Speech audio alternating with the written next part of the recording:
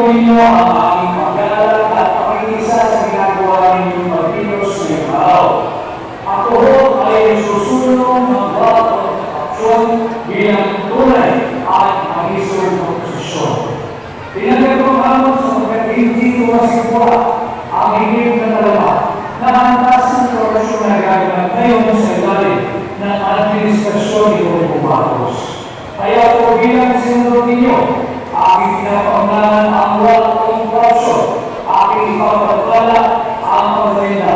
Kanina pa ako namin partner ko o yung batas na tututugi sa mga nagdalago, ating kong ibababa ang threshold dito mula 50 million pesos na gawin na lamang po natin ito 1 billion pesos nang sa ganoon ay hindi natin mapalalo ang lahat ng nagnanakaw sa pera natin mga Pilipino. At magagawa na natin yan, aking kung susunod na isa sa batas bilang senador ninyo ang pagbabalik ng death penalty bilang kapalusan sa lahat ng mga pagbayan at mga hatulang guilty sa kasong plunder. Bukod po dyan, lahat ng mga hatulan sa kasong droga na siyang nasasagutan ng mga taong gobyerno, yung mga banyaga, alien o foreigner, siya yung dapat maging kapalusan ang death penalty. Pagdating naman po sa buhayan ng aking mga kabayan, aking din po isinusunod ang pagkakaroon ng pagkakapantay-pantay sa sahod ng lahat ng manggagawang Pilipino. Tapusin na po natin ang diskriminasyon sa sahod. Aking po ipapalala ang pagkakapantay-pantay doon sa tinatawag natin wage rate ng mga nagtatrabaho sa probinsya. Dapat po ito'y parehas na sa sahod ng mga nagtatrabaho sa Maynila. Tapusin na po natin ang diskriminasyon sapagkat hindi totoo na mas murang mga karyahan sa probinsya, hindi po totoo ang sinasabi nilang mas mura ang buhay sa probinsya.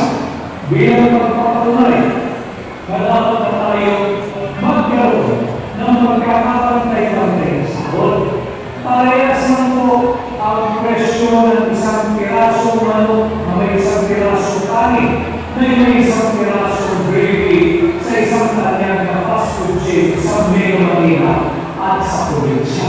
At ang katotohanan, sa marami pong produkto na higit mahal sa probinsya, kagaya ng gas, kagaya ng gasolina, diesel, kerosene, pagina, ang presyo ng kanatiwang apat na kuryente. Kaya bilang senador po ninyo, aking susunod ang pagkakaroon ng pantay-pantay na sahod sa lahat ng manggagawa nagtatrabaho sa Mega Manila o sa probinsya. At siyempre, ang lagi kong sinasabi, ang simula at katapusan ng paghihirap ng ating bayan ay ang korupsyon. At ang korupsyon sa ating bansa ay nakagulat at patuloy na nagugula sa ating nakulang budget. Bilang senador nito, makakabantayan ko ang tamang proseso ng pagpasa ng ating nakulang budget. Sisikapin ko rin niya lahat ng nakulang provision sa ating budget.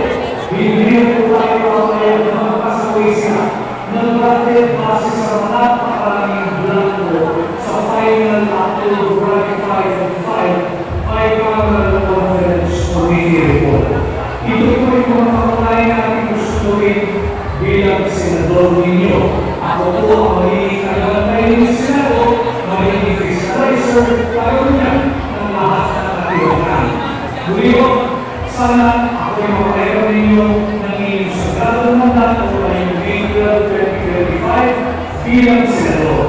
Number 56 po sa dalawa, madaling tandaan, 56. 56 na hindi pa utang, 56 na hindi utang, 56 na hindi po pabigat, kundi 56 bilang puhunan sa higit na mabuting lipunan. Number 56 po sa dalawa, Attorney Vic Rodriguez, Pilipino, abogado, Maisa. Vic Rodriguez, walang gano'n, na talino, mabait, Amen.